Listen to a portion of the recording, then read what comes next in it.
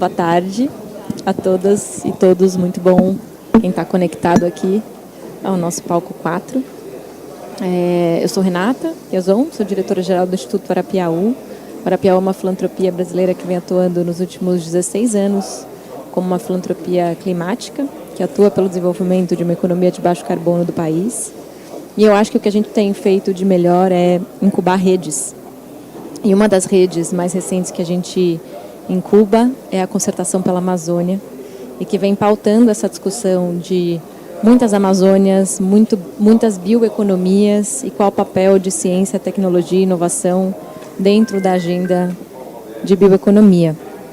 A gente sabe que a Amazônia é 60% do país, mas só 10% do PIB e menos de 1% dos investimentos públicos em ciência e tecnologia e inovação. E temos 20% da biodiversidade do planeta, né? Então, isso é crítico. E por isso que eu queria, ainda que o painel tenha como tema biotecnologia, que a gente trouxesse o tema de ciência, tecnologia e inovação como guarda-chuva dessa conversa, tendo biotecnologia como parte dessa história.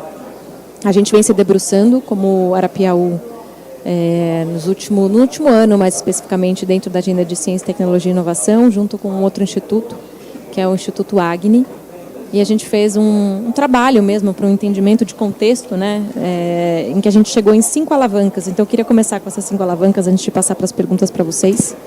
Mas 5 alavancas para ciência, tecnologia e inovação para a Amazônia. A primeira é, a gente precisa de diretrizes nacionais e regionais para avançar essa agenda, então a gente precisa de planos e estratégias comuns, isso está dado. A segunda é a valorização do capital humano, e do capital humano na ciência, do capital humano de pesquisadores na ciência. Isso se reflete, né, ainda mais na realidade amazônica. A terceira é a conexão entre o ambiente de produção científica e as demandas por inovação. Então, como que a gente conecta a ciência aos desafios de mercado? A quarta, ampliar e qualificar negócios na bioeconomia. Então, qual é o nosso papel, né? E aí, falando como filantropia, para a gente criar condições favoráveis ao empreendedorismo na Amazônia para que esses negócios prosperem e ganhem escala. E a quinta, acelerar a inclusão produtiva da bioeconomia, e isso passa pela especialização de mão de obra. Então, com esse breve contexto, eu queria passar a bola para vocês. A gente vai fazer uma primeira rodada aqui, a gente tem 1h30 de painel, mas já agradecendo a presença e a disponibilidade de vocês aqui na mesa, e começando pelo Tiago.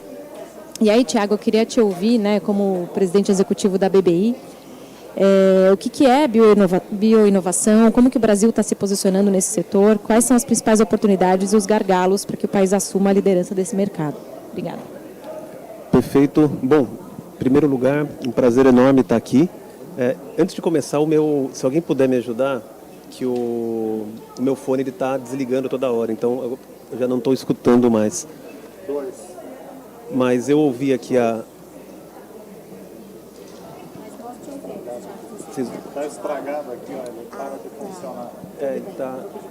Ele está desligando. Na verdade, eu quero trocar só o fone. Vamos lá. Então, primeiro, o que é a bioinovação, né? Então, primeiro, antes de mais nada, cumprimentar todos os meus colegas aqui. Obrigado pela oportunidade, agradecer ao IBRAM por mais esse ano da oportunidade para a BBI estar presente. Bom, falar o que é bioinovação, né? Bioinovação é um conceito bem amplo, então a gente basicamente é toda tecnologia inovadora, né, aplicada a recursos biológicos e renováveis para a geração de novos produtos, processos ou modelos de negócio. Bom, e o que isso significa na prática, né? Significa na prática que toda vez que você tem uma inovação, que você usa um recurso biológico para produzir algum tipo de tecnologia, ou você desenvolve um modelo de negócio que utiliza essa inovação aplicada ao recurso biológico, você acaba entrando nesse conceito. E esse conceito ele é muito aderente, né? Ele reflete bastante o conceito da biotecnologia, né? Que é uma ferramenta que ela é aplicada aos diversos setores, utilizando, né, a tecnologia dos recursos biológicos para você aplicar aos diversos setores. E aí a bioinovação, acho que o grande ponto, né, quando a gente vai falar da bioeconomia, a gente ouve muitas discussões sobre o conceito da bioeconomia, o que ela, como deve ser feito, se é a bioeconomia da floresta, se é da indústria, né? Eu costumo dizer assim que A bioeconomia, independente do conceito, né? A gente tem que aproveitar as oportunidades que o país tem. E quando a gente olha a transversalidade da biotecnologia, né, da bioinovação, a gente percebe que ela é aplicada realmente a todos os setores. Então eu estou aqui com representantes da indústria do farma, de cosméticos, do agro, e em todas essas indústrias a bioinovação está presente. Então toda vez que você tem essa tecnologia inovadora que vai ser utilizada para converter um resíduo, por exemplo, e ser utilizado para produzir um produto de maior valor agregado, quando você tem essas tecnologias utilizadas para produzir um novo insumo biológico, por exemplo, os bioinsumos para serem utilizados na agricultura. Quando você tem essa tecnologia para aproveitar, né, extrair um bioativo de uma planta e ser utilizado na indústria de cosméticos, você tem essa produção de produtos com maior valor agregado e que vai gerar realmente a diferença, vai trazer retorno aí com a lei da biodiversidade, com diversos outros instrumentos, vai trazer retorno para as comunidades ou e valorizando a floresta em pé também. Eu vou começar aqui, está muito difícil falar sem ouvir, tá? Mas então eu já passo aqui para a próxima, enquanto eles resolvem o problema. Foram pegar fone, né? Tá bom. Tá bom, combinado. Depois eu volto com você. A gente ainda tem bastante tempo aí para conversar. Tudo bem. Eu vou passar para a Adriana. Queria passar para a Adriana, sim, da Farma Brasil. A Adriana é vice-presidente executiva do Grupo Farma Brasil e queria que você contasse um pouco quais são as principais oportunidades e desafios para o desenvolvimento de produtos farmacêuticos a partir da biodiversidade da Amazônia, né? Considerando isso que o Thiago falou, né? Quando a gente fala de fármacos, de alimentos, de cosméticos, isso é bioinovação. Queria que você falasse um pouco dentro do recorte dos fármacos. Sim, bom, primeiro, Renata, agradecer imensamente a oportunidade de estar nesse painel com amigos queridos, enfim, que nessa trajetória, né, de luta aí pela legislação de acesso à biodiversidade no país, tivemos a oportunidade em muitos momentos de interagir. Agradecer, né, e ver a dimensão que esse tema tem ganhado no nosso país, né, e colocar um pouco a perspectiva do Grupo Farma Brasil, né? O que é o Grupo Farma Brasil? O Grupo Farma Brasil é um grupo de empresas nacionais, indústrias farmacêuticas nacionais que tomaram uma decisão, né, de fazer a mudança do seu modelo de negócio, migrar o seu modelo de negócio da base de genéricos e similares para o modelo da inovação, né? Então, a escolha pelo segmento do desenvolvimento de medicamentos a partir da biodiversidade é uma escolha concreta. Então, parte desse processo de transformação dessa indústria local passa por essa discussão, né? Então, hoje a gente tem isso como uma das prioridades para o portfólio dessas empresas. E por que eu tenho colocado isso, né? Porque, na verdade, se a gente olhar dentro do contexto, né, da discussão da lei de acesso à biodiversidade, da importância desse tema para valorizar a constituição das novas bioeconomias, né, a gente percebe que, em razão do país ser um país mega diverso, a gente tem muitas potencialidades para o desenvolvimento de produtos localmente, dentro de uma lógica de cadeia de valor de desenvolvimento absolutamente diferenciada no mundo. Quer dizer, esse é um nicho que, do ponto de vista do segmento farmacêutico, é uma janela de oportunidade para que a gente tenha desenvolvimentos diferenciados no nosso país. Obviamente que isso passa por uma discussão muito relevante, que é o ponto que você colocou no início, Renata. Eu acho que o Brasil ele ainda precisa dar passos muito importantes em termos de políticas públicas para priorizar a pesquisa, a ciência, né, o desenvolvimento tecnológico e fomentar as parcerias.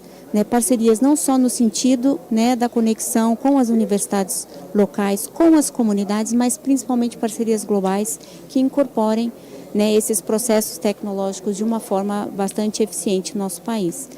Então, eu acho que a bioeconomia ela tem desafios importantes porque temos problemas crônicos no nosso país para estruturar esse ambiente da inovação, que eu acho que aí sim vem o papel das políticas públicas nesse sentido de fomentar e ultrapassar então essas barreiras. Então acho que nesse primeiro momento, nessa minha primeira colocação, eu acho que está posto o desafio, há um interesse já consolidado no país. A gente tem uma legislação agora que estabelece uma modernização do que foi no começo, mas que agora a gente precisa realmente partir para os projetos que estimulem essa constituição desse sistema de inovação no Brasil para alavancar a bioeconomia. Obrigada, Adriana. Queria muito que você falasse depois um pouco mais sobre essa modernização que foi trazida pela legislação. Acho que seria interessante aprofundar um pouco mais nisso. E passando para o Rodrigo, está ouvindo bem agora? Ótimo. De que maneira, o Rodrigo é consultor jurídico de meio ambiente da CNA, e a pergunta é de que maneira a biotecnologia impacta o setor da pecuária e da agricultura e se há benefícios ambientais atrelados a esse setor. Obrigado, agradeço aqui a oportunidade. A CNA é a Confederação da Agricultura e Pecuária, ou seja, ela pega o setor rural, da cadeia produtiva rural, e a biotecnologia ela é de extrema importância, não só para a produção de alimentos, fibras, energia, agroenergia, etc., mas para a questão ambiental, e eu explico. Bem, primeiramente, o aumento da produtividade. Produtividade o que é? Quando se produz no mesmo hectare, na mesma fração diária. Em 45 anos se aumentou 6 vezes a produtividade agrícola em média, ou seja, o milho chegou a aumentar 10 vezes, ou seja, num hectare de milho se produzia 30 sacas de milho. Hoje, o milho híbrido OGM, ele produz 300, ele produz 10 vezes mais no mesmo lugar. O que significa produzir 10 vezes mais no mesmo lugar? Significa 10 vezes menos área desmatada. Então já começa por aí a questão da economia diária e que isso propicia a conservação dos remanescentes de vegetação nativa. Até porque a população ela é crescente do Brasil, do mundo, né? Essa é uma questão, né? E então nós temos que cada vez produzir mais. E se não houvesse o investimento de biotecnologia, hoje a Amazônia, que tem 85% de área conservada, ela teria sido inteira desmatada, né? E ela é mais da metade do território nacional, para produzirmos a mesma coisa que hoje a gente produz, né? Numa área que equivale em agricultura, a 7% do território nacional. Se vocês vejam a relevância da biotecnologia. E isso acontece como? Isso acontece no melhoramento genético, né? Por quê? Porque com o melhoramento genético eu torno as plantas mais resistentes à seca, mais resistentes às doenças, economia no uso de recursos naturais. Por exemplo, água. A água é bem essencial de produção. Antigamente, um pé de soja tinha 1 metro, quase 1,5 metros de altura. Ele era quase uma árvore. Hoje se produz 4 vezes mais, com 40 centímetros de altura. Ou seja, na verdade, estamos economizando água, nutrientes, fertilizantes.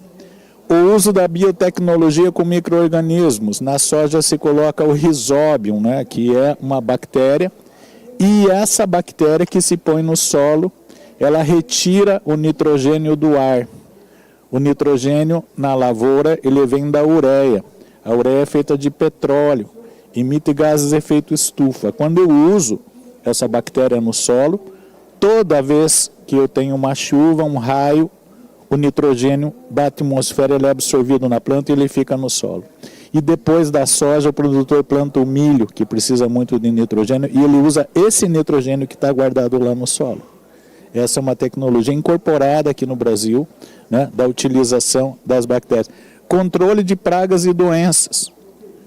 Os biopesticidas, né, que se utiliza hoje, em substituição a boa parte dos produtos mais antigos, né? Então, a inovação aplicada ao setor agrícola, ela traz todas essas vantagens, ou seja, redução de gases de efeito estufa, captura de carbono também, são atributos que no melhoramento genético eles são incorporados nas plantas também. Então, vejam vocês da importância da pesquisa e desenvolvimento e da inovação, que a inovação, o que é a inovação? É a aplicação prática e econômica no processo produtivo. Quer dizer, não adianta nós fazermos uma pesquisa e desenvolvimento e desenvolver coisas inviáveis para o produtor utilizar ou que não tem aplicação prática, então não há inovação. eu só tenho pesquisa e desenvolvimento, a indústria só está gastando dinheiro, né? E o objetivo do P&D é gerar inovação para gerar recursos. Então, nós vemos que a utilização, como meio de conservação, nós não podemos dispensar a biotecnologia. Vemos, às vezes, vários discursos românticos, do modo antigo de fazer as coisas, né? Antigamente, para produzir qualquer comida na roça, qualquer lugar, tinha que se usar queima, né? Hoje não se utiliza mais. Hoje se utiliza o quê? Herbicidas. Isso é resultado da biotecnologia aplicada. Então, fico por aqui, mas, concluindo, a biotecnologia ela é de extrema importância e mais, é um caminho sem volta. Não adianta ficarmos dizendo, isso causa a morte das pessoas, envenena as pessoas. Isso não é verdade, né? A transgenia é usada há 25 anos no Brasil, não tem um caso de uma pessoa doente porque consumiu um alimento que vem de um OGM, que é uma inserção, né, de um gene de um organismo em outro. Fico por aqui. Obrigado. Obrigada, Rodrigo. Queria passar agora para a Ariane. A Ariane é gerente de desenvolvimento sustentável da ABPEC. E queria que você explorasse um pouco quais são as oportunidades e desafios para o desenvolvimento de produtos do mercado da beleza a partir da biodiversidade da Amazônia. Olá, boa tarde a todos. Primeiro, eu gostaria de agradecer por poder estar aqui, a convite do IBAN, a presença de todos vocês. Eu vou falar, então, um pouquinho o que é a ABPEC para as pessoas. A ABPEC é a Associação Brasileira de Higiene Pessoal, Perfumaria e Cosméticos. Hoje, a nossa associação ela representa 90% de todo o setor de beleza, de cosméticos do nosso Brasil. E nós temos um setor que hoje ele é muito ativo no que diz ao uso da nossa biodiversidade e também na da sua preservação. Hoje o Brasil é o terceiro maior mercado consumidor de produtos cosméticos do mundo. A gente só fica atrás dos Estados Unidos e da China. E também um dos maiores exportadores, o terceiro maior exportador. Nós exportamos para mais de 170 países. Então, é um mercado extremamente importante. E nós vemos cada vez mais, quando nós vamos a farmácias, às lojas, que as empresas estão cada vez mais usando bioativos na sua formulação. E o setor se importa com isso há muito tempo. Essas discussões do uso da biodiversidade, elas se tornaram muito pujantes nos últimos 5 anos, mas o setor se preocupa com isso há mais de 50 anos. E nós temos, né, aqui dividindo o palco comigo, uma grande empresa que usa a biodiversidade de forma muito consciente. Eu acho que isso é muito importante, o uso consciente. Saber valorizar as cadeias de valores, saber valorizar os pequenos produtores, que são quem está dando os insumos primários. E eu acho que isso é um dos principais desafios. Um dos principais desafios que a gente tem no nosso setor seria balizar todo mundo para que todos possam distribuir produtos de qualidade para que essa concorrência seja forte. Levando também um balizamento da legislação. Hoje a gente tem uma legislação ambiental no que tange a biodiversidade muito forte, que é referência mundial. Nos fóruns mundiais, a gente saiu agora de uma COP de biodiversidade. O Brasil sempre acaba sendo referência na legislação, mas por ser uma legislação muito forte, nós também temos alguns desafios que elas nos impõem e que a gente está aprendendo a lidar ao longo do tempo. E para as empresas, hoje, um dos principais desafios é o sistema, né? Nós temos um sistema onde toda e qualquer empresa que acesse o nosso patrimônio genético deve fazer um cadastro nesse sistema, dependendo do seu uso, fazer uma repartição justa e equitativa disso. E hoje o sistema ele ainda está em construção, né? Nós temos principalmente uma parte do sistema onde as empresas fora do Brasil devem se qualificar. E hoje o sistema ainda não permite isso. Nós estamos agora em fase de testes, né? Mas tudo é uma construção, tudo é um aprendizado, e eu acho que o Brasil tem tudo para ser uma potência e referência nisso. Afinal, nós temos 20% da nossa biodiversidade do mundo no nosso país. Nós temos potencial para fazer uma economia pujante, principalmente de locais onde não existem muitas alternativas de economia. A bioeconomia, ela pode ser a solução para muitos lugares. Obrigada, Ariane. Eu gostei do que você falou das leis, eu sou advogada, meu mestrado foi em Direito Ambiental, e pelo que eu pesquisei, a Adriana também é, né? E a gente tem uma das leis mais restritivas mesmo, né? No Brasil, quando comparado aos outros países, acho que o desafio é a implementação mesmo, né? A gente não precisa necessariamente de mais leis, a gente já tem um arcabouço legal muito, enfim, potente e que precisa ser implementado, né? Então, queria passar para a Pri. A Pri é gerente sênior de sustentabilidade da Natura &Co Latam. Está na Natura há 17 anos. E eu queria te perguntar como a Natura, né, essa empresa brasileira pioneira em adotar modelo de negócio que concilia conservação e produção, como que a Natura vê a importância da biotecnologia e da inovação para o seu modelo de desenvolvimento sustentável e de que forma esses pilares se traduzem como práticas dentro da companhia? Bom, primeiro, boa tarde. Queria agradecer ao IBRAM, você, todo mundo que está aqui comigo.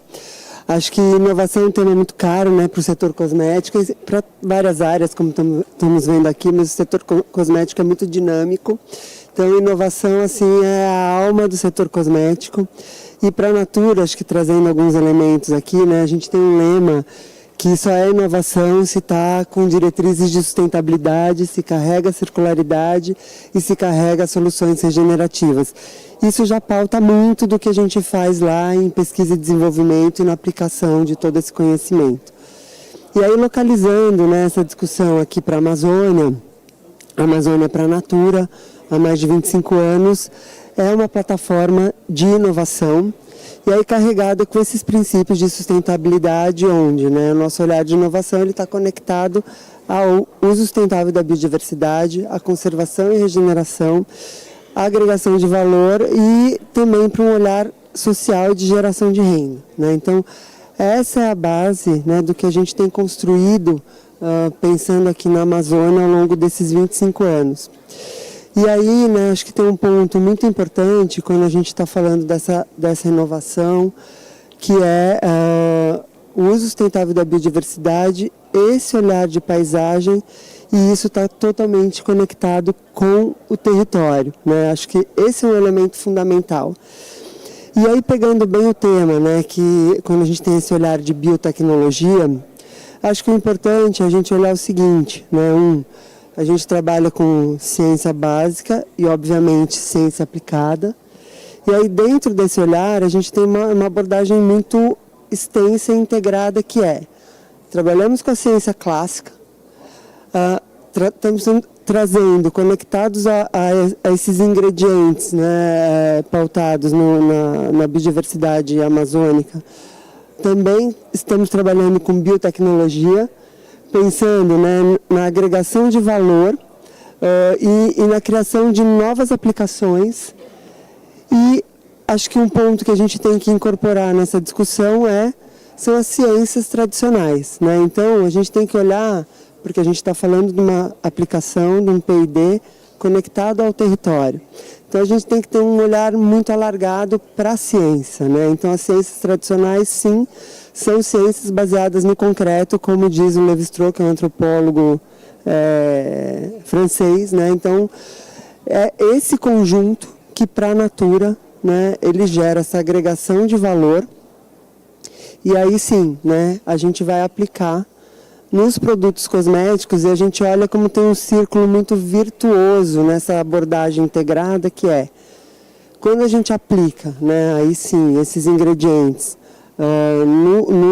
num produto cosmético, a gente vai gerar, pegando o gancho, né, dessa discussão da legislação, quando a gente vende, né, esse produto que passou por todo esse processo, você vai gerar, né, uma repartição de benefícios atrelada ao patrimônio genético, ao conhecimento tradicional associado, né, que são essas ciências tradicionais que eu estou falando. Então, você une, né, esse olhar de futuro com os saberes ancestrais, e aí você vai gerar valor de diversas formas que são, né, Nesse conjunto, você tem as cadeias da sociobiodiversidade, né, para você conseguir vender um produto, e também um processo de industrialização na região. Então, é uma visão alargada, né, de geração de valor a partir desta base, né, dessa plataforma de inovação que tem esse olhar alargado.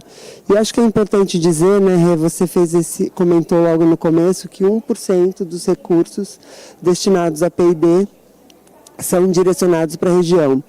Eu acho que o que a gente tem que pensar, e aí para ir finalizando, né, tudo isso acontece numa abordagem de cooperação, né, o setor privado com o setor público.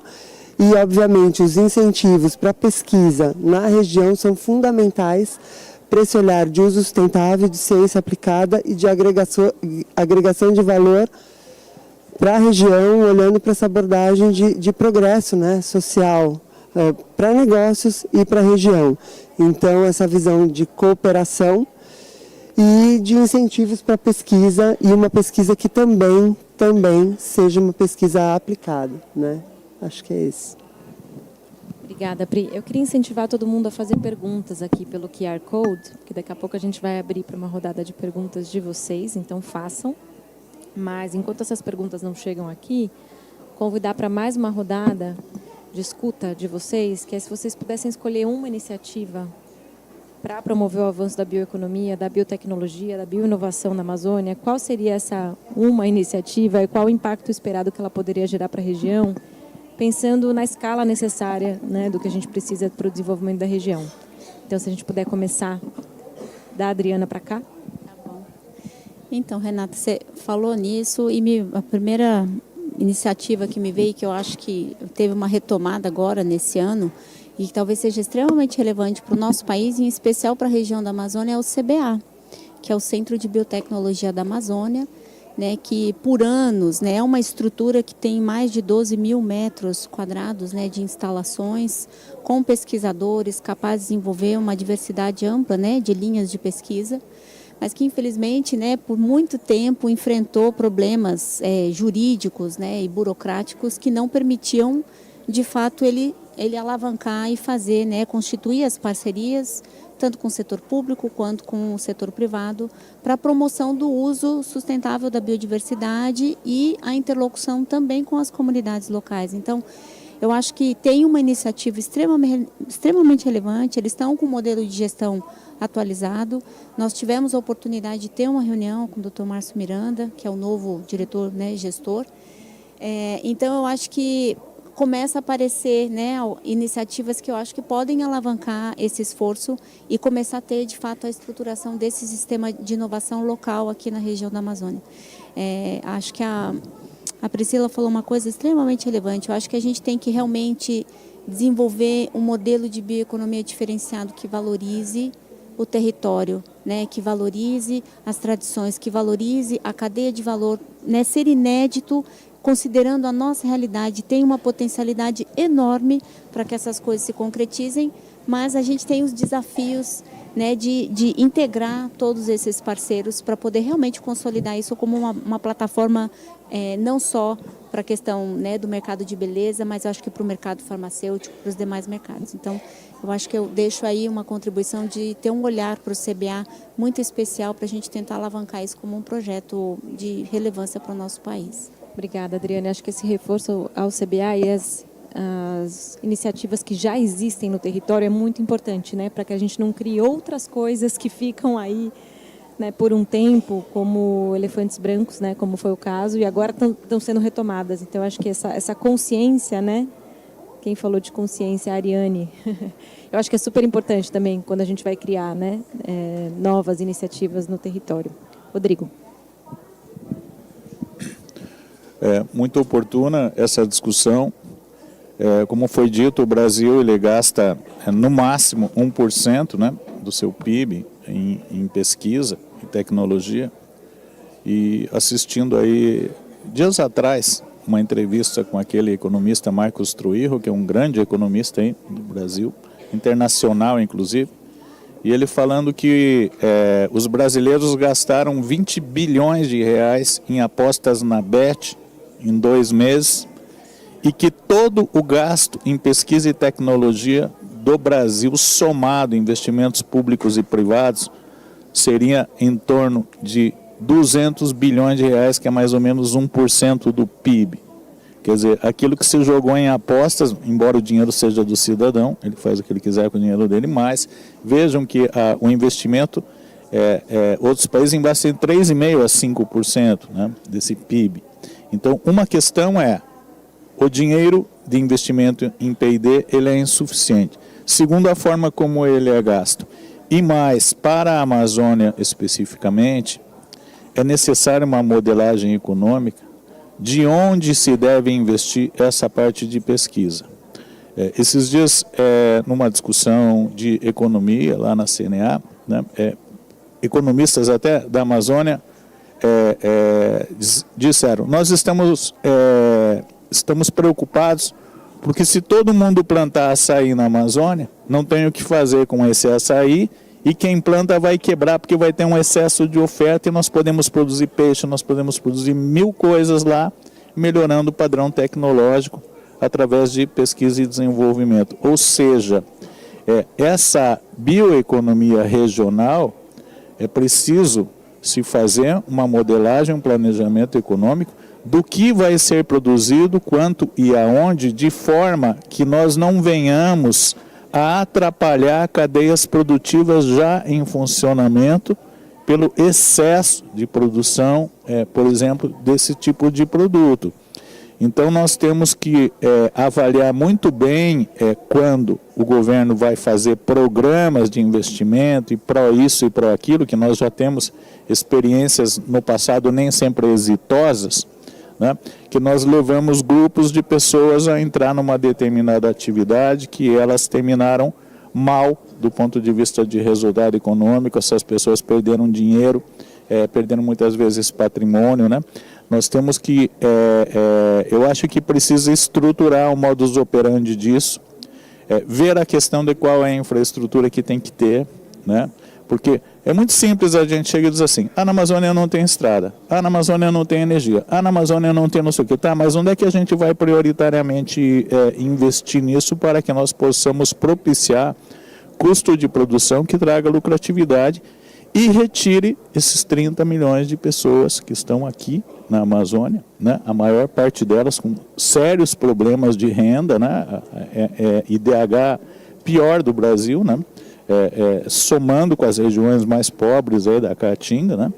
Então nós precisamos ter um planejamento de como deve se desenvolver essa bioeconomia. Tem sido feitas iniciativas, a gente vê o governo também desenvolvendo estudos, está todo mundo falando nisso, e nós precisamos dar aplicabilidade econômica e de resultado em tudo aquilo que nós viermos a propor e a fazer. Obrigado.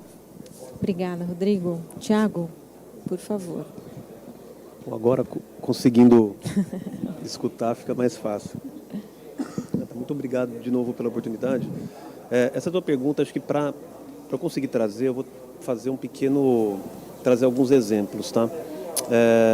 Quando a gente olha na questão da inovação, nas oportunidades, da biotecnologia, eu acho que a gente precisa pensar muito no valor, né, que as cadeias produtivas podem gerar. Então, como valorizar essas cadeias produtivas? Eu acho que a indústria de cosméticos, ela talvez seja, aqui no Brasil, a que mais consegue mostrar realmente, fazer essa valorização e trazer, né, a valorização tanto em termos monetários, né, do quanto você extrai de um ativo da biodiversidade, o quanto ele vai gerar depois de recurso, mas também a valorização nos atributos de funcionalidade, né, na sustentabilidade, preservação ambiental, na redução de emissões. Então, acho que a gente está com duas representantes aqui excelentes.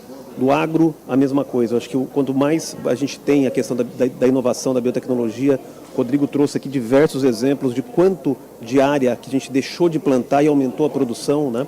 E nos fármacos, não tem nem o que falar, né? A gente está salvando vida, a gente está encontrando soluções, né, para grandes desafios. Bom, dito isso, o grande ponto, pensando, né, em Amazônia, eu vou citar dois exemplos de números mesmo, reais, que que mostram o potencial do desenvolvimento que a biotecnologia pode trazer. Então, e principalmente o quanto a gente está perdendo com isso. Com a produção de biodiesel, por exemplo, a gente tem no Brasil um resíduo, né? A glicerina é um dos resíduos que são produzidos, que são resultantes da produção de biodiesel. A gente produz, no ano passado, foram mais ou menos 500 mil toneladas de glicerina produzidas. E essa glicerina, ela não pode ser usada imediatamente, tá? Porque ela ainda não está purificada, ela precisa passar por um certo processo. A gente exporta 93% dessa glicerina para a China, a um custo, tá? Um valor de 22 centavos de dólar por quilo.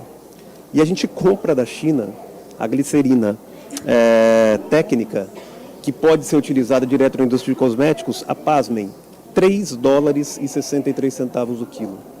Vejam, nós produzimos, o resíduo é produzido no Brasil, a gente manda o resíduo para lá e compramos de volta, né, por um preço absurdamente maior, né? Agora, vamos pegar isso, aqui é um exemplo prático que acontece, a gente pode explorar, extrapolar isso para vários setores. Então, como que a gente pode começar a aproveitar? Quando a gente olha, eu vou trazer um outro exemplo, que existem todos os cálculos e pode se tornar uma realidade num curto espaço de tempo. Quando a gente pega o cacau, vamos começar a falar agora de produtos realmente amazônicos, né?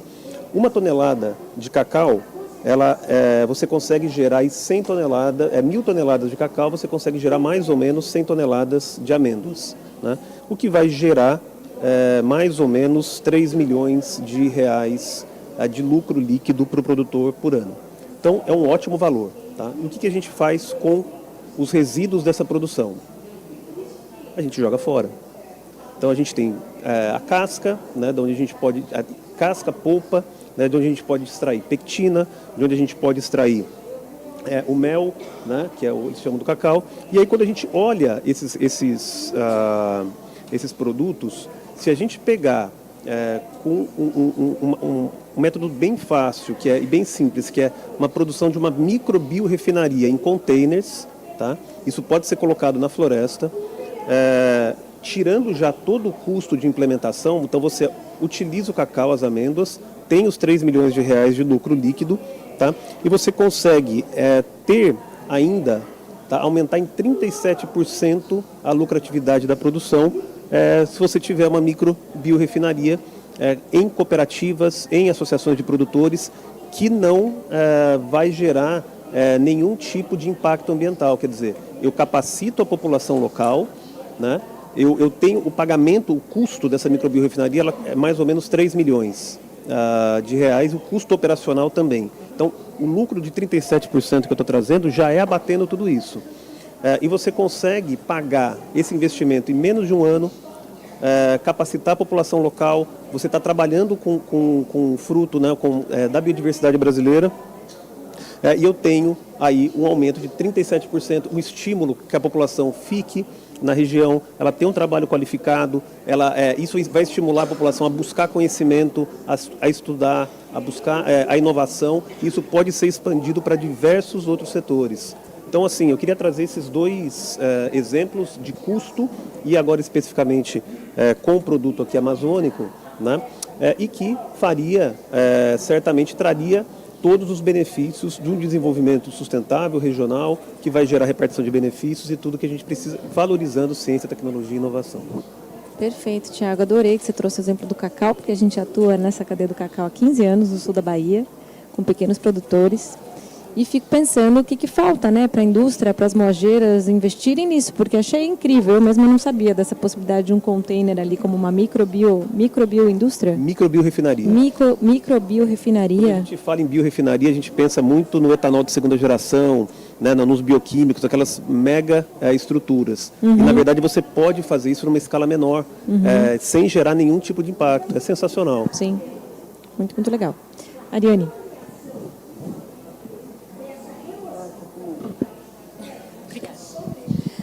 Bom, obrigada. Pegando esse gancho do que o Tiago acabou de falar, da glicerina, a gente para pensar que a gente pega um resíduo, manda para fora para comprar depois algo para usar aqui, principalmente nos nossos cosméticos, né? Então, pensando e respondendo a tua pergunta, se eu pudesse, um grande sonho seria que a gente conseguisse botar todos os pequenos fornecedores de matéria-prima em um patamar que eles pudessem concorrer com os grandes. E isso entra em questões de conhecimento legislativo, em questões regulatórias, como ajudar esses pequenos produtores de matéria-prima a estar regulado dentro do mercado, principalmente diante de Anvisa e vários outros órgãos, né? Distribuindo um produto de qualidade e um produto que possa manter a sua qualidade ao longo do ano inteiro. E entender também que a natureza tem o seu ciclo e que o seu ciclo deve ser respeitado, que muitos produtos a gente não consegue manter uma constância, mas a gente consegue manter a qualidade. Muitas empresas estrangeiras deixam de comprar esses insumos porque ele vai mudando muito a sua qualidade ao longo do tempo.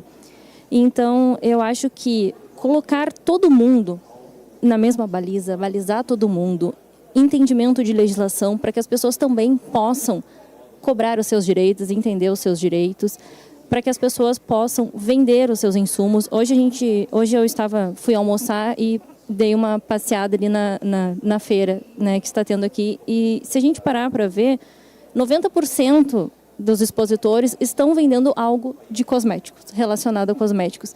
Então, o cosmético é um potencial enorme para fomentar a economia, porque nós conseguimos produzir cosméticos, às vezes, com pequenas empresas, pequenas indústrias, e a gente consegue ter esse produto da nossa bioeconomia tão importante. Mas, para isso, para as empresas conseguirem atingir níveis bons, elas precisam estar reguladas. Então, eu adoraria poder ter formas, mecanismos de colocar todo mundo dentro da legislação, dentro da regulação, para que todos possamos correr de igual para igual e não ficar sempre só nas grandes.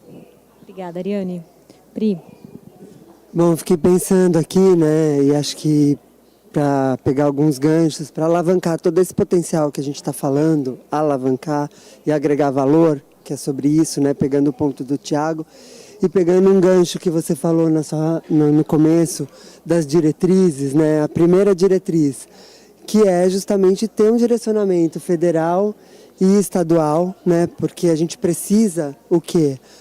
Fortalecer ecossistemas de inovação pautados em tecnologia e numa abordagem social, né? Então, eu entendo que a gente tem que trazer e direcionar para um lugar prático de implementação para polos, né? Fico pensando muito em polos de inovação, onde você agrega, né? Tecnologia é uma abordagem industrial, regionalizados, porque eu entendo que isso vai promover esses ecossistemas locais, né, que é isso que a gente precisa. Quando a gente está olhando para um ingrediente, depois uma outra instituição vai olhar para um upcycling. Então, essa força, né, dessa cooperação, esse olhar integrado, ele vai trazer essas alavancas que a gente está precisando para realmente incorporar esse valor agregado do que tá aí, né? Está disponível, a gente precisa incentivar e alavancar isso. Então, acho que, para mim, pensando num sentido muito prático e usando, né? Temos o CBA no Amazonas, tem vários polos aqui pensando em Amazônia e pegando muito aqui o gancho do Pará, porque estamos fazendo essa reunião aqui em Belém, né? Acho que aqui também tem um polo importante, onde, né, a gente conecta tanto o setor público quanto o privado, né, pegando um gancho da Natura. A gente tem um ecoparque que fica a 30 quilômetros daqui de Belém, e a gente já começa a mobilizar e atuar a partir desse ecossistema local.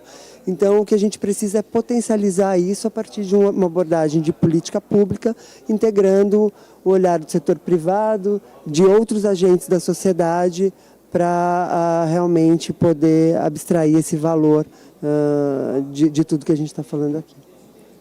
Pri, parece que você leu a pergunta que chegou aqui da plateia, que era uma pergunta para você. Qual a importância de polos de inovação e tecnologia para alavancar o uso sustentável da biodiversidade? Não sei se você quer comentar algo a mais sobre polos.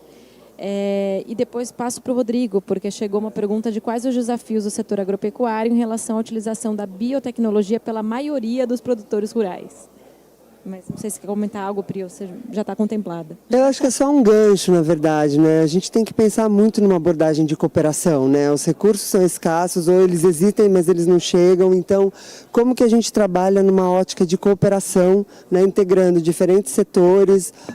Eu acho que é isso que vai alavancar o que a gente está falando aqui. Então, acho que é só essa mensagem.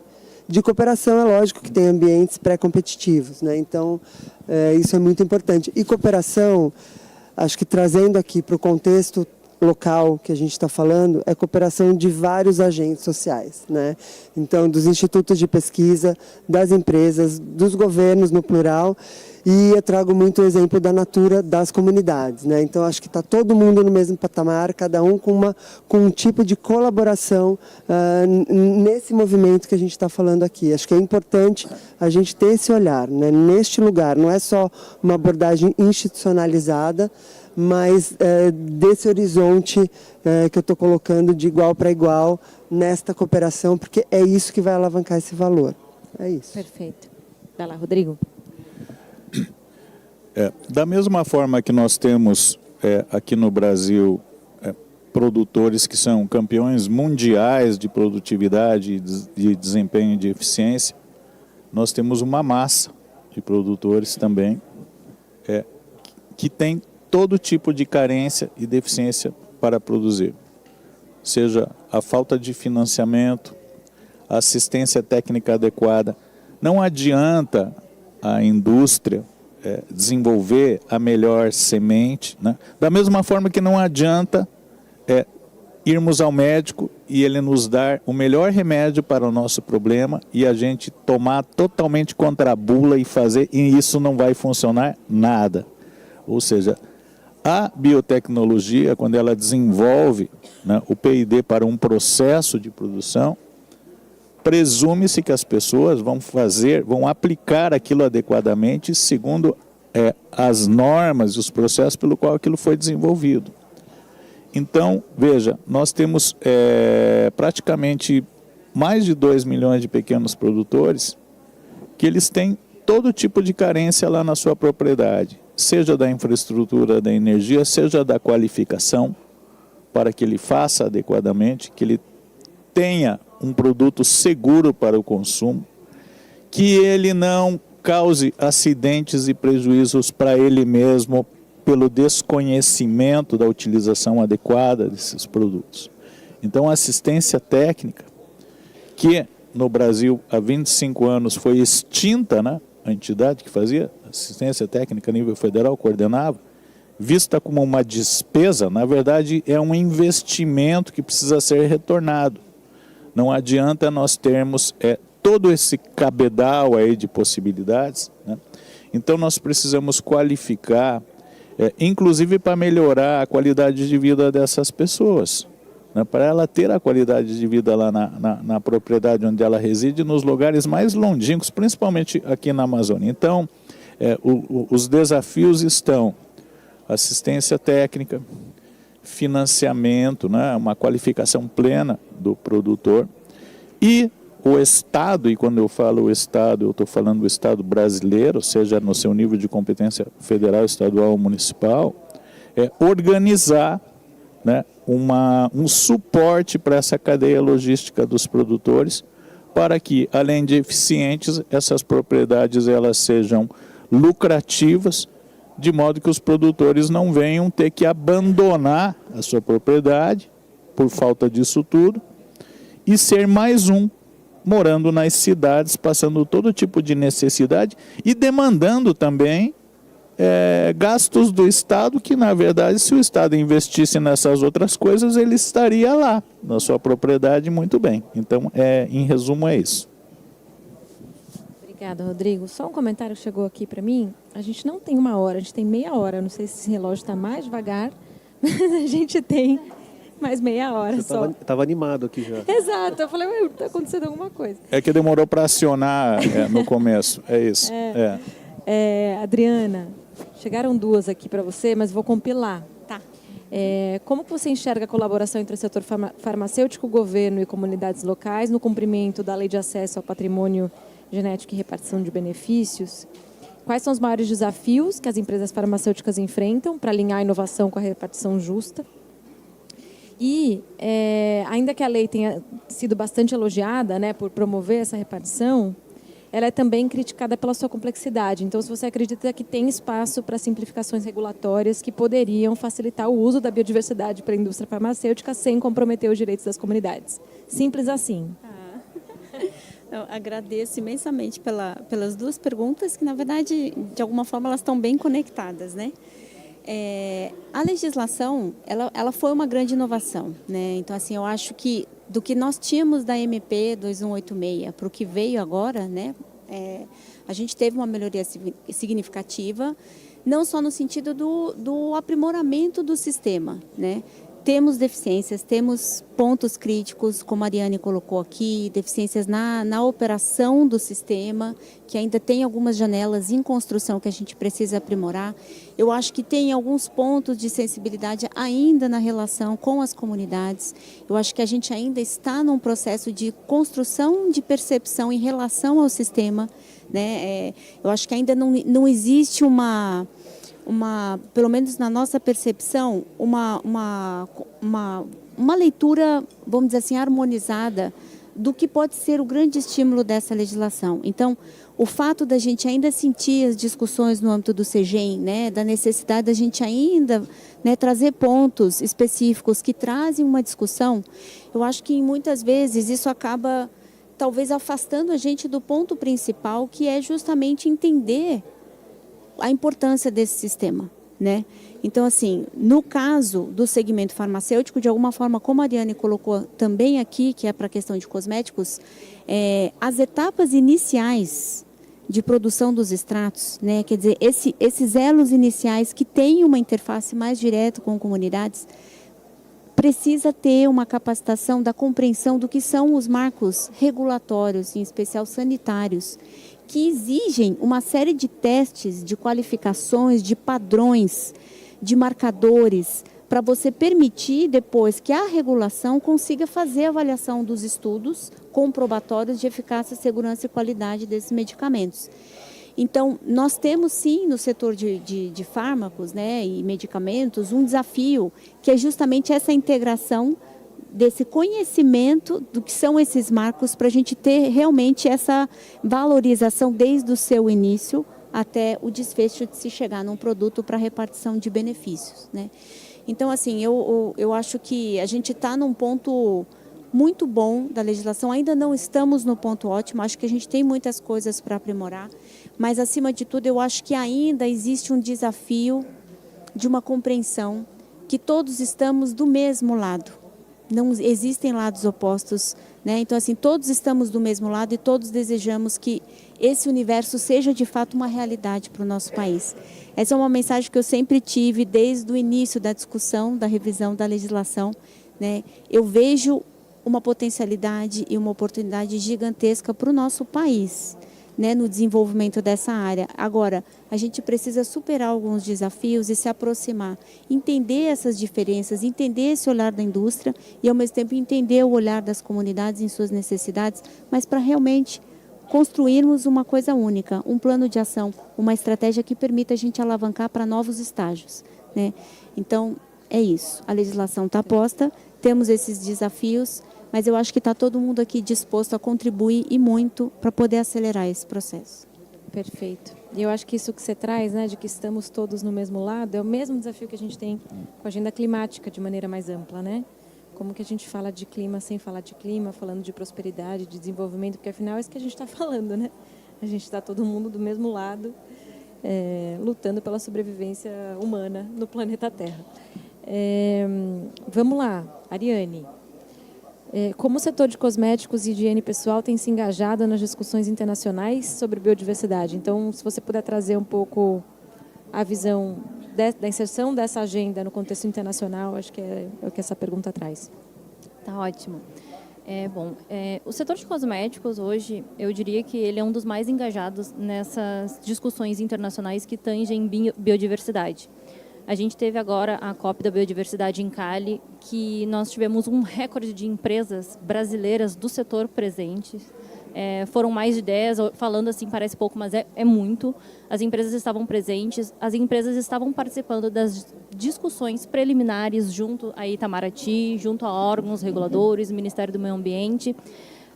A gente fez diversas reuniões junto às empresas para nós, como representação do setor, levar posicionamento do setor.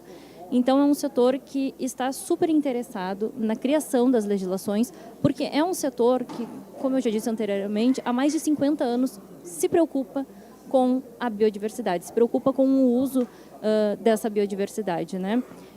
Fugindo um pouco da pergunta, mas que também está diretamente ligado à preservação do ambiente, à preservação da biodiversidade, a ABPEC tem o maior programa de logística reversa do Brasil.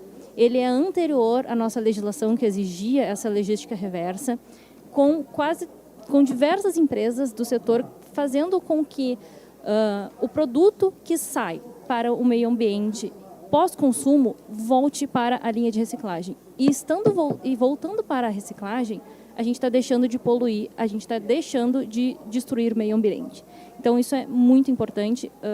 Ano passado, o programa atingiu 1 milhão de toneladas de reciclados. Então, é 1 milhão de plástico, principalmente, né, e outros detritos que deixam de voltar, né, para o ambiente e que deixam de poluir. Então, eu só fiz esse parênteses para mostrar que o setor se importa muito com a biodiversidade, com a bioeconomia e é isso. Obrigada. Tiago, chegaram 2 para você. Vou consolidar também, tá? Para você responder de uma vez. A bioinovação está na fronteira do conhecimento e, como toda tecnologia na fronteira, enfrenta desafios tecnológicos, regulatórios e econômicos. Como superar esses desafios e tornar as tecnologias mais competitivas. E a outra é com relação ao PL de carbono, que estava para votar essa terça, né? Foi adiado novamente para a terça que vem. Mas que, se concretizada, essa aprovação será uma sinalização muito positiva do Brasil na COP29, que começa agora, né? Como esse mercado pode estimular o desenvolvimento da bioeconomia e da bioinovação? Essa é também para todos que quiserem responder, mas chegou particularmente para você.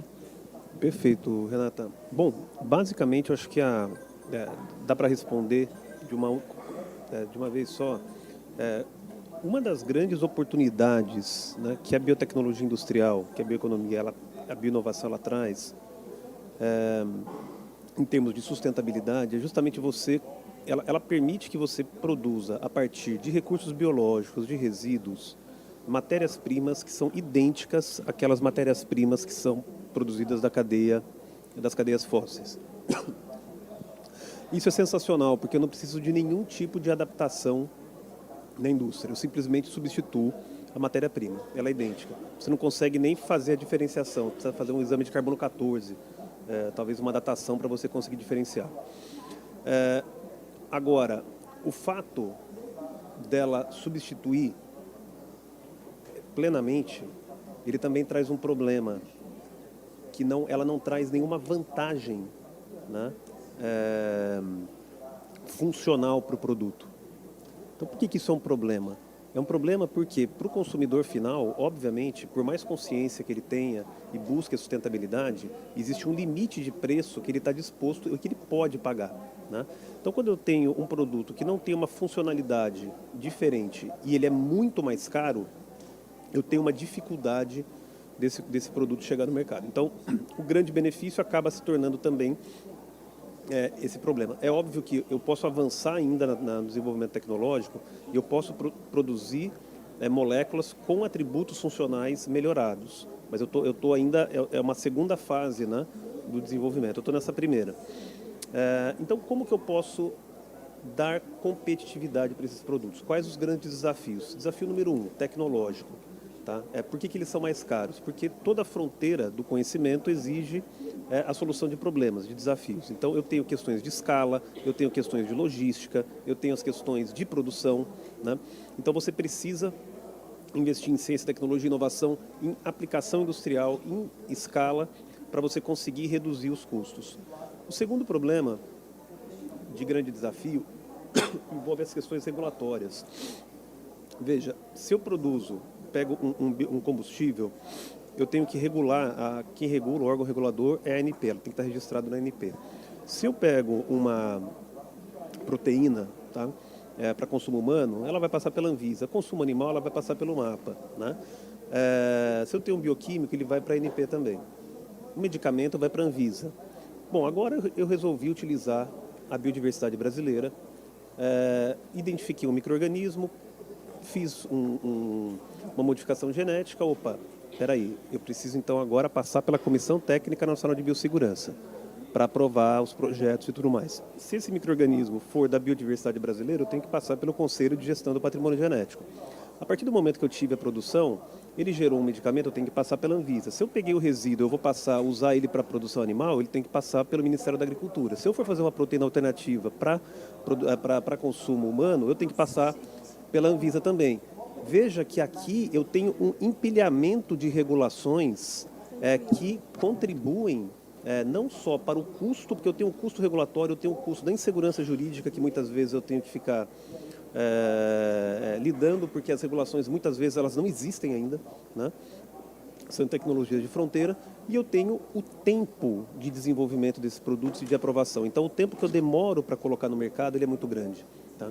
Então, aqui eu falei de alguns desafios. Agora, como estimular, né? Como resolver esses problemas? Primeiro é enfrentar a situação com seriedade e considerando realmente as diferenças dos produtos. Se eu estou colocando na agenda do país, é uma agenda de Estado, que a bioeconomia é prioridade, eu tenho lá a Secretaria de Economia Verde, eu tenho no MDIC, eu tenho o Plano de Transição Ecológica no Ministério da Economia, eu tenho a Secretaria de Bioeconomia no Ministério do Meio Ambiente, a gente mapeou, são 18 pastas na esplanada que tratam do tema bioeconomia, né? Se eu tenho essa diretriz, é óbvio que eu preciso considerar as políticas públicas para estimular. Então, seja fazendo uma regulação que evite essa sobreposição, conseguindo compilar, conseguindo dar prioridade, estimulando a pesquisa, o desenvolvimento, criando condições para criar esse ecossistema de inovação, criando formas de fazer coleta, distribuição de matérias-primas na região amazônica, seja integrando os diferentes biomas, tá? E aí eu entro na segunda pergunta, mercado de carbono, né? Que ele traz, aí quando a gente pega a biotecnologia, a bioeconomia, ela tem a grande vantagem de produzir esses produtos. Se da mesma maneira que ela reduz as emissões, ela substitui o fóssil, ela também então reduz as emissões. E aí eu posso gerar, a cada 1 tonelada de emissão que eu deixo de ter por estar substituindo, por estar utilizando um produto com menor pegada de carbono, eu tenho a geração de um crédito de carbono. E aí esse crédito pode ser utilizado então para compensar essa diferença de preço, tá? Então, eu acho que em termos de desafios, né, de oportunidades, a gente pode resumir aqui. Acho que um ponto muito importante que vai ser discutido na terça-feira é a destinação de recursos do mercado de carbono, tá? Existe um dispositivo da legislação que ele retorna para o setor,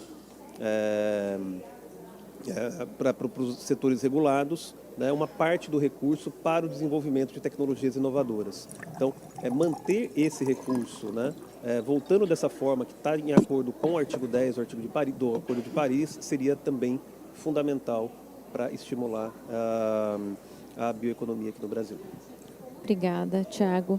A gente tem mais 15 minutos e eu queria fazer também uma rodada final, 3 minutos cada um.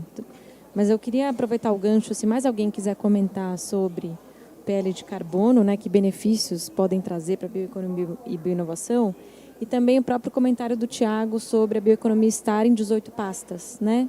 A gente, enfim, vê uma absoluta fragmentação, acho que tem um desafio aí de articulação, mas queria muito ouvir de vocês o que vocês veem como oportunidades e desafios diante da bioeconomia ter se tornado uma pauta política, né? Que está aí em 18 pastas do Executivo Federal. Então, comentário sobre isso, mas já também palavras finais para a gente respeitar aqui os 13 minutos que temos. Não, acho que pegando o gancho do mercado de carbono, né, o que a gente vem também defendendo, e acho que é importante pensando em termos de Brasil, né, é justamente para onde que vão esses recursos. Então, é muito importante, né, a gente olhar, seja projetos de floresta em pé, regeneração, enfim, a gente tem que defender que, para quem está conservando e regenerando, esses recursos sejam direcionados para esses grupos sociais, né? Então, acho que esse é um ponto muito importante para a gente garantir, inclusive, e compor, né? Porque acho que é uma composição, essa biodiversidade que a gente tem, que gera tantos benefícios, pode agregar tanto valor para o país, né? Então, acho que esse é um ponto importante.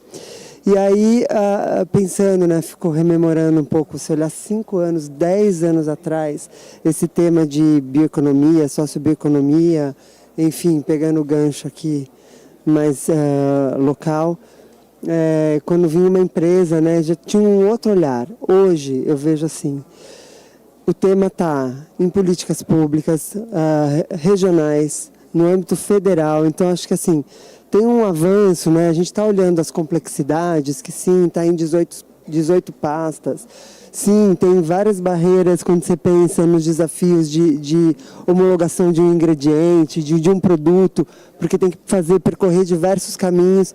Mas se a gente pensar em termos de maturidade do tema, né?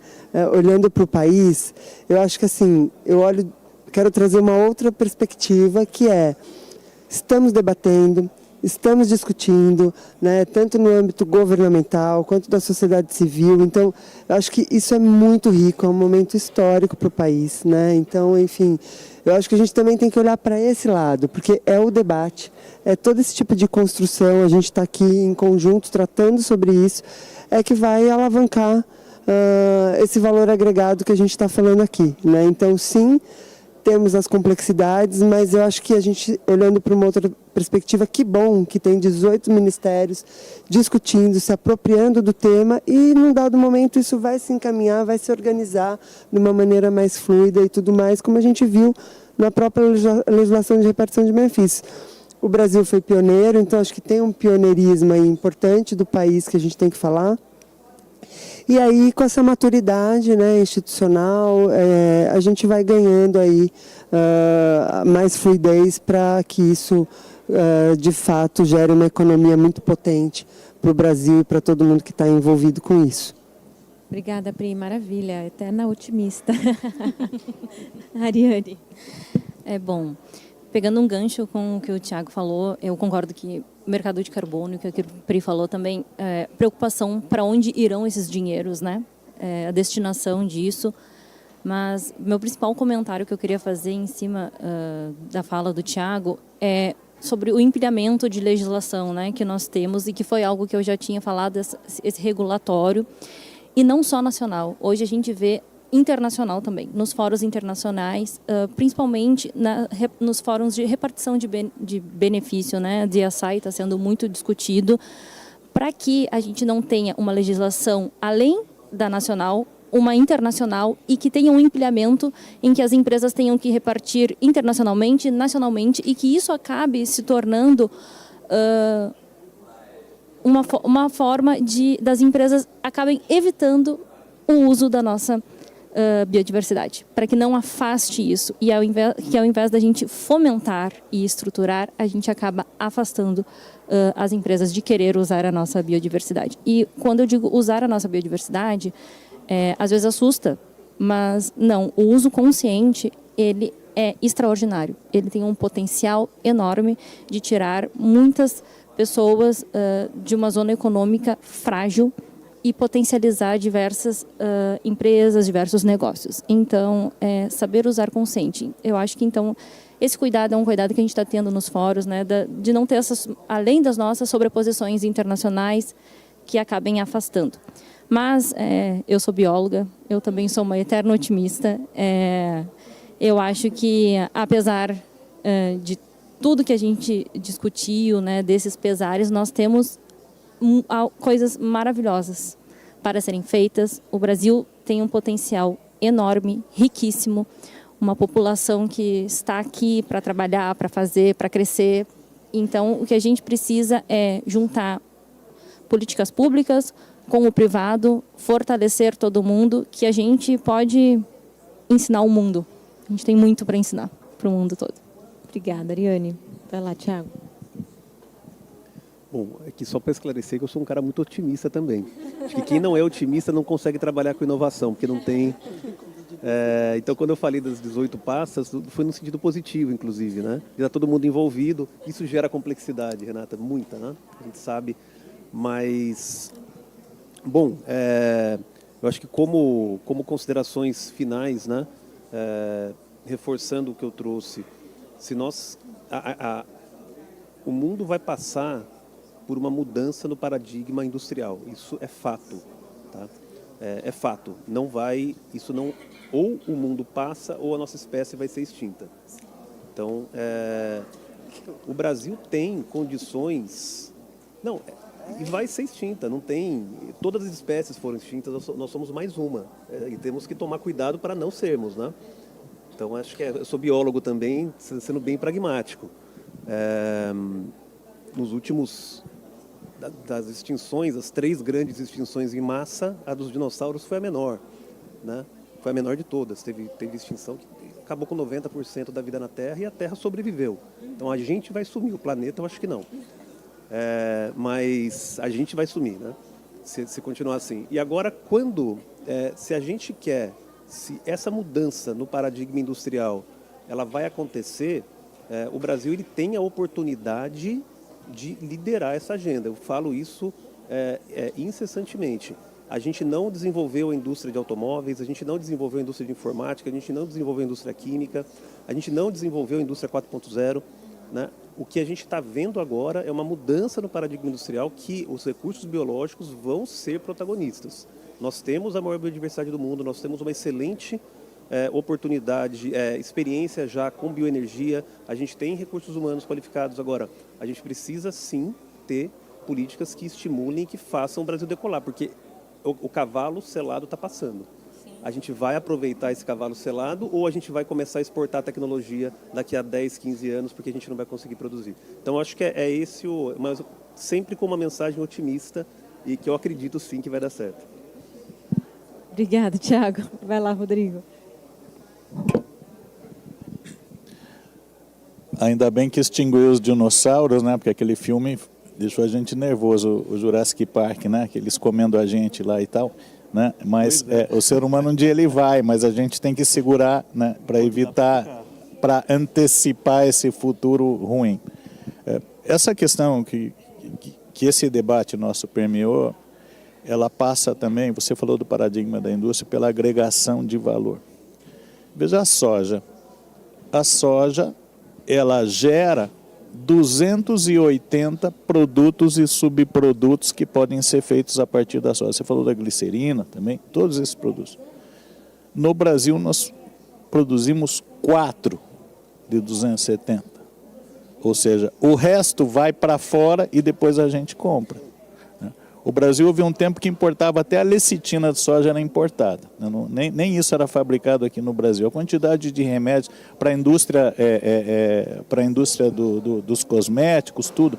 Ou seja, na verdade nós precisamos, por esse novo paradigma, agregar valor, porque a agregação de valor pressupõe a geração de empregos aqui, né? E nós precisamos resolver essa questão da miséria e da fome com empregos. Programas sociais, eles são muito importantes, mas como dizia Ronald Reagan, né, a eficiência de um programa social se mede não pela quantidade de pessoas que entram, mas pela quantidade das pessoas que saem desse programa, porque decolaram e têm a sua independência. Ninguém gosta de ser tutelado do Estado, embora as pessoas mais necessitadas, elas precisam sim do apoio do Estado e das entidades, certo? E a questão também relacionada ao mercado de carbono, o setor, nós desde 2007 acompanhamos todas as convenções do clima, agora a próxima lá em Baku, e sempre houve muita dificuldade e nunca foi aceito, né, no âmbito da Convenção do Clima, o pagamento de carbono por áreas de floresta, embora exista um mercado voluntário que agrega isso, mas o mercado voluntário acaba sendo por si um nicho, de certa forma, porque ele tem o seu tamanho, ele tem a sua dimensão e ele tem preços voláteis, né? Então, porque a depender de quem está comprando o meu crédito voluntário, ele pode pagar X ou pode pagar 10X, a depender da simpatia que ele tenha pelo meu projeto, pela importância que ele representa. Então, a aprovação do marco legal, ela é importante, mas o Brasil ele tem dois desafios grandes. Primeiro, estruturar de fazer acontecer e que isso seja MRV, mensurável, reportável e verificável. Segundo lugar, vender lá fora isso e que isso venha a ser remunerado, não pelos brasileiros através de taxações à indústria brasileira, às pessoas do Brasil, mas que isso seja um reconhecimento que venha daqueles países que destruíram todas as suas florestas, não fizeram o dever de casa, possuem altas emissões de setor energético, coisa e tal. Então, nós temos desafios. A aprovação do marco legal ela tem uma importância. Ela, por si só, não resolve muitas coisas. Dias atrás, eu fiz uma videoconferência com alguns estrangeiros e eles falavam assim, queimou 20 milhões de hectares no Brasil, tamanho do estado do Paraná, né? Agora, né? Qual a segurança que nós temos de comprar crédito de carbono de pessoas do Brasil se o Brasil não está estruturado com uma defesa civil para evitar os incêndios e tudo mais e tal? Ou seja, a gente tem outras lições de casa para que esse mercado venha a decolar e nós precisamos tratar isso com muita responsabilidade, senão, Ariane, nós teremos mais uma lei, né? Mais uma e mais um relatório para fazer e mais relatório de conformidade. Isso pode se tornar uma despesa ao invés de se tornar uma receita. Muito obrigado. Obrigada, Rodrigo. Vai lá, Adriana. Bom, como fala final, né? Fiquei aqui com essa responsabilidade de fazer a última mensagem, mas assim, eu acho tudo que foi colocado aqui, assim, mostra que a gente tem muito mais aspectos de otimismo do que de pessimismo, né? E uma coisa que estava aqui, eu estava pensando aqui, né? Você vê, para mim é uma felicidade participar de um painel e que em nenhum momento se tratou da questão do acesso à biodiversidade pelo olhar da biopirataria. Quer dizer, a gente está vivendo um momento realmente de renovação, né? É um momento de releitura, né? Hoje a gente começa a ter uma discussão dentro do governo, né, sobre políticas de bioeconomia. Pode ser que ainda tem muitas instâncias que precisa ter uma coordenação mais efetiva, mas de fato a gente está começando a ter uma maturidade, né, e uma leitura mais consistente em relação à prioridade que isso representa para o nosso país, né? Então, acima de tudo, eu queria deixar uma última mensagem que eu acredito e vou continuar sempre acreditando que o nosso país pode sim fazer a diferença nesse setor. Eu acho que nós temos as capacidades, temos as potencialidades, mas também temos as condições para resolver esses gargalos em questões regulatórias. Temos condições, sim, de resolver a coordenação entre as políticas e, acima de tudo, priorizar e valorizar todo o desenvolvimento das cadeias produtivas locais para que a gente transforme isso numa realidade concreta de prosperidade, de benefícios e de vantagens para toda a população brasileira. Então, eu queria deixar esse registro. Esse tema é de extrema importância e de extrema relevância para as políticas públicas do país. Não desanimemos, vamos continuar a nossa luta. Obrigada. Obrigada, Adriana. Eu queria agradecer muito esse painel otimista. Foi muito bom estar com vocês, aprendi muito. Agradecer pela disponibilidade de tempo. Uma salva de palmas, né?